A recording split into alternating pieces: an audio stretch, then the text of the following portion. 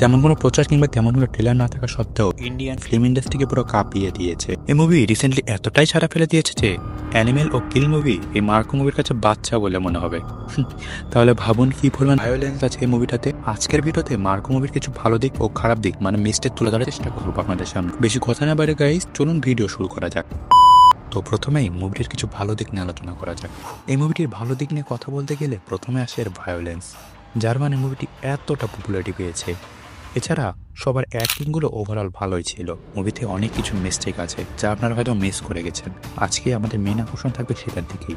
এই movie violence এবং action মোটামুটি ভালো থাকলেও স্টোরির দিকে ডিরেক্টর কোনো রকমের গুরুত্ব দেয়নি। স্টোরিটা খুবই দুর্বল ছিল। মার্কোর ভাই ভেক্টরকে কে খুন করেছিল তা মুভির শুরুতেই দেখানো হয়। এটা যদি একটু সিক্রেট রাখতো তাহলে মুভিটা আরও ইন্টারেস্টিং ও মিস্টিরিয়াস হতে পারত।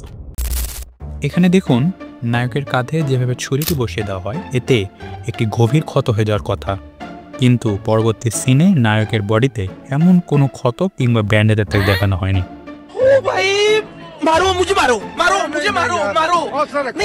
যাই হোক, আমাদের নায়ক ভাই খুব শক্তিশালী ছিল। মুভির শুরুতে ভেক্টরের গার্লফ্রেন্ড ঈশাকে দেখানো হয়, তখন ঈশাকে পুরোপুরি নর্মাল লাগতেছিল। মুভির মাঝখানে সময়ের কোনো উল্লেখ বা এ ফিউ মোমেন্ট লেটার বা সময় পার হয়ে যাচ্ছে এমন কোনো সিন দেখানো হয়নি, কিন্তু হঠাৎ করেই ঈশাকে আবার প্রেগনেন্ট দেখানো হয়, যেটি দেখে স্পষ্ট বোঝা যাচ্ছে ঈশা কমপক্ষে 6 থেকে 7 মাসে প্রেগনেন্ট ছিল। বিষয়টা চিন্তার না?